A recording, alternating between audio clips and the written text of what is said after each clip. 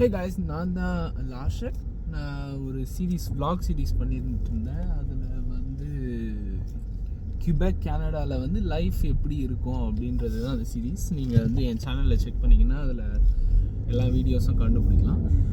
But இப்போ நம்ம என்ன பார்க்க போகிறோம்னா வந்து part 2 of the education series. ஏன்னா நான் வந்து எஜுகேஷனில் வந்து நிறைய ஃபேக்டர்ஸ் இருக்குது அப்படின்றதுனால அதை வந்து பார்ட் 2ஆக எடுக்கலாம் அப்படின்னு சொன்னேன் போன வீடியோவில். If you want to see the previous video, நீங்கள் வந்து you can check the channel or I'll link it down below. So நான் ப்ரீவியஸ் வீடியோவில் சொன்ன மாதிரி செஜப் உள்ளே போகிறதுக்கு இப்போ பில் 96 அப்படின்ட்டு ஒரு புது லா வந்திருக்கு. இந்த லா என்ன சேஞ்ச் பண்ணுதுன்னா அது வந்து செலெக்ஷன் ப்ராசஸ் வந்து கொஞ்சம் சேஞ்ச் பண்ணுது. ஆக்சுவலாக இப்போ நீங்கள் எல்லோரும் கேள்விப்பட்டிருப்பீங்க, கனடா வர்றதே எதுக்குன்னா நம்ம ஊர் மாதிரி லஞ்சம் கொடுத்து உள்ளே சேர முடியாது, இல்லை காசு கொடுத்து எங்கேயும் சேர்த்துட முடியாது, மார்க்கே இல்லைனாலும் சேர்க்க முடியாது அப்படின்ற கான்செப்ட்னால தான் நம்ம கனடாக்கே வரும். கரெக்டாக மெரிட் பேசிஸில் வந்து சீட் கிடைக்கணும் அப்படின்றதுக்காக தான். பட் இந்த பில் 96 அப்படின்றது என்ன பண்ணிடுறாங்கன்னா, உங்களுக்கு வந்து இங்கிலீஷ் எலிஜிபிலிட்டி சர்டிஃபிகேட் அப்படின்றது வந்து தேவைப்படும்.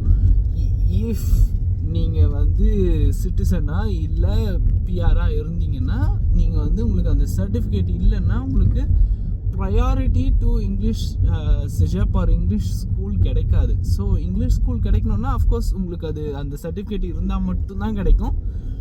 அண்டு இங்கிலீஷ் செஜப் கிடைக்கணுன்னா அந்த சர்டிஃபிகேட் இருந்தால் உங்களுக்கு 100% எலிஜிபிலிட்டி உண்டு. ஆனால் இப்போ வந்து ப்ரையாரிட்டி உண்டு அந்த சர்டிஃபிகேட் இருந்துச்சுன்னா. இப்போ அந்த சர்டிஃபிகேட் இல்லைன்னா என்ன ஆகும்னா, ஃபார் எக்ஸாம்பிள் நான் உங்களுக்கு கான்க்ரீட்டாக இதுக்கு முன்னாடி இந்த லா வர்றதுக்கு முன்னாடி எப்படி இருந்துச்சு, இந்த லா வந்த பிறகு என்ன சேஞ்ச் அப்படின்னு நான் உங்களுக்கு எக்ஸ்பிளைன் பண்ணுறேன். இந்த லா வர்றதுக்கு முன்னாடி வந்து கம்ப்ளீட்லி மெரிட் பேசிஸாக இருந்துச்சு. அதாவது வந்து ஒரு 100 பேர் இருக்காங்கன்னா இங்கே வந்து எத்தனை சீட் இருக்கோ, 20 சீட் இருக்குன்னா அப்போ டாப் 20 பீப்புள் வந்து ஆட்டோமேட்டிக்காக அப்படியே சூஸ் பண்ணிடுவாங்க. அதாவது டாப் யார் மார்க் வைஸ் பேஸ் பண்ணி டாப் 20 அப்படியே எடுத்துருவாங்க. பட் இது இப்போ இந்த புது லா வந்ததுனால என்ன ஆக்சுவலாக உள்ள செலெக்ஷன் ப்ராசஸ் எந்த மாதிரி இருக்குன்ட்டு நம்மளுக்கு எக்ஸாக்டாக தெரியாது. ஸோ இது வந்து என்னோட அசம்ஷன் தான். It just makes people to makes it harder for them to get in. அதாவது என்ன ஆகும்னா, இது என் அசம்ஷன்னு, இப்போ வந்து முன்ன ஒரே குரூப்பில் வந்து டாப் 20 பீப்புளை சூஸ் பண்ணி உள்ள செலக்ட் பண்ணாங்கல்ல, இப்போ என்ன ஆகும்னா 2 குரூப்பாக பிரிச்சிடுறாங்க. ஒரு குரூப்பு கிட்ட அந்த எலிஜிபிலிட்டி சர்டிஃபிகேட் இருக்குது அப்படின்ட்டு. இந்த எலிஜிபிலிட்டி சர்டிஃபிகேட் இருக்கணும்னா இதர் உங்கள் மதர் ஆர் ஃபாதர் வந்து வெள்ளைக்கார I mean like British English பேக்ரவுண்ட்லேருந்து வந்திருக்கணும், இல்லை either one of them should have studied, அதாவது இங்கிலீஷ் கியூபெக்கில் வந்து படிச்சிருக்கணும். அதுதான் லா. ஸோ மெஜாரிட்டி நம்ம இந்தியன்ஸ்க்கெலாம் அதெல்லாம் வந்து செட்டே ஆகாதுல்ல, நம்மளுக்கு வந்து ஒர்க் அவுட்டே ஆகாது. ஸோ நம்மக்கிட்ட அந்த இங்கிலீஷ் எலிஜிபிலிட்டி சர்டிஃபிகேட் கிடைக்கிறதுக்கு வாய்ப்பே கிடையாது. ஸோ நம்ம எல்லாருமே கேட்டகரி 2ல் தான் வருவோம். ஏன் இந்த கேட்டகரி 2 அன்ஃபேர் அப்படின்னு நான் சொல்கிறேன்னா, முன்னெல்லாம் வந்து மெரிட் பேசிஸில் யார் மார்க் எடுத்தாங்களோ அவங்கள உள்ளே போட்டுருவாங்கல்ல. இப்போ என்ன நடக்குதுன்னா, இந்த இங்கிலீஷ் எலிஜிபிலிட்டி சர்டிஃபிகேட் வச்சிருக்க குரூப் இருக்குல்ல, ஃபர்ஸ்ட் குரூப், அந்த குரூப் பீப்புளுக்கு அவங்கள வந்து ஃபர்ஸ்ட் செலக்ட் பண்ணிவிட்டு அதுக்கப்புறம் மீதி இருக்க சீட்டை தான் இந்த செகண்ட் குரூப் ஆஃப் பீப்புளுக்கு தராங்க.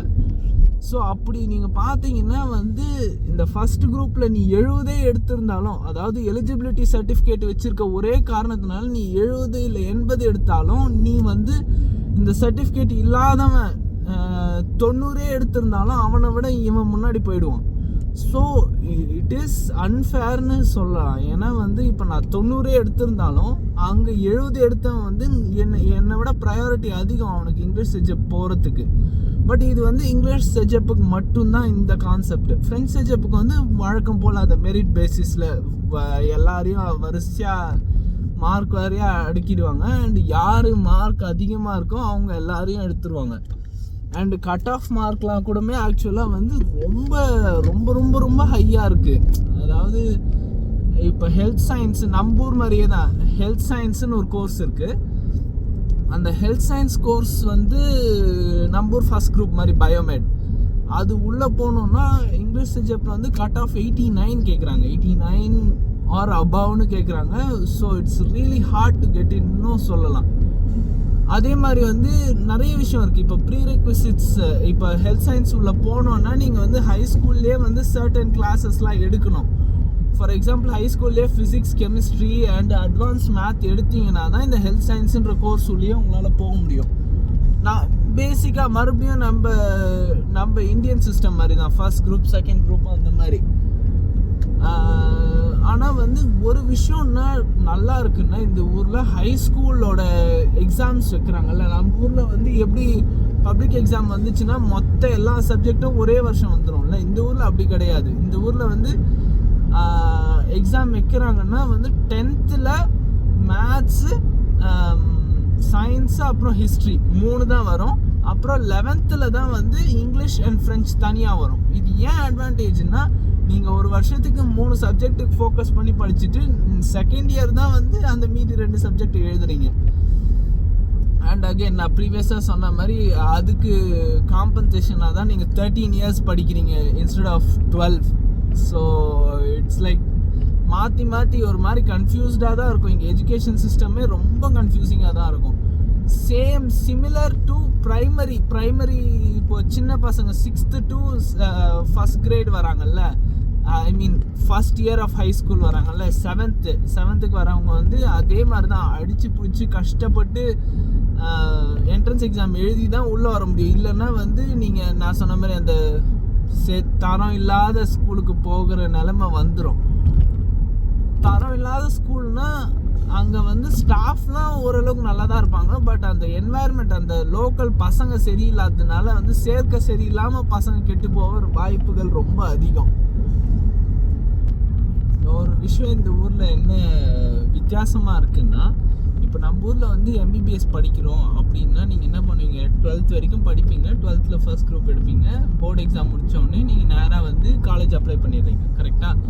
இந்த ஊரில் வந்து நீங்கள் மெடிக்கலுக்கு அப்ளை பண்ணணுன்னாலே வந்து அண்டர் கிராடுன்னு ஒன்று பண்ண வேண்டியதாக இருக்குது. அண்டர் கிராடு என்ன சொல்கிறது, ஒரு கோர்ஸ் நீங்கள் முடித்தாதான் அதுக்கப்புறம் தான் அந்த 3 years முடித்த பிறகு தான் நீங்கள் மெடிக்கலுக்கே அப்ளை பண்ண முடியும். அப்படி இல்லைன்னா அதுக்கு ஒரு ஆல்டர்னேட்டிவ் என்னென்னா ப்ரீமெட்னு ஒரு கோர்ஸ் இருக்குது. யூனிவர்சிட்டி லெவலில் ப்ரீமெட்ன்ற கோர்ஸை பண்ணணும். ஆனால் அந்த ப்ரீமெட்ன்ற கோர்ஸ் எப்படின்னா 10,000 பேர் இருக்காங்கன்னா 300-400 சீட்டு தான் இருக்கும். அப்போ அந்த ப்ரீமெட் உள்ள போனோன்னாலே உங்களோட ஆவரேஜ் 97, 98, 99 அந்த லெவல் இருந்தால் தான் அந்த ப்ரீமெட்ன்ற கோர்ஸுக்கு போக முடியும். ஆனால் நீங்கள் ஓரளவுக்கு யோசித்து பார்த்தீங்கன்னா, இந்த டாக்டர் ஆகணும் ட்ரை பண்ணுறவங்க எல்லாருமே வந்து இப்போது தேவையில்லாமல் ஒரு 3 வருஷம் வேஸ்ட் பண்ணிவிட்டு அதுக்கப்புறம் தான் டாக்டர் கோர்ஸே படிக்கிற மாதிரி வருது. நீங்கள் அந்த ப்ரீமெட் வந்து டெஃபினெட்லி பண்ண முடியாதுன்னெலாம் கிடையாது, பட் உங்கள் ஆவரேஜே வந்து ஃபார் எவர் எப்போவுமே 97 மேலே இருந்திருக்கணும். அப்போ தான் வந்து அந்த ப்ரீமெட் கோர்ஸ் உள்ள போக முடியும். இல்லைன்னா வந்து இந்த மாதிரி வேற ஒரு அண்டர் கிராட் பண்ணிவிட்டு அதுக்கப்புறம் மறுபடியும் மெடிசின் போகலாம். இது எவ்வளோ அப்சர்டாக இருக்குன்னா, நான் வந்து இன்ஜினியரிங் கோர்ஸ் பண்ணலாம், செஜப்புக்கு அப்புறம் வந்து இன்ஜினியரிங் கோர்ஸ் பண்ணிவிட்டு அதுக்கப்புறம் மறுபடியும் வந்து மெடிக்கல் காலேஜில் அப்ளை பண்ணி படிக்கலாம். ஸோ ஆனால் யூஸ்வலி அப்படி பண்ண மாட்டாங்க. யூஸ்வலி என்ன பண்ணுவாங்கன்னா வந்து சயின்ஸ் கோர்ஸ்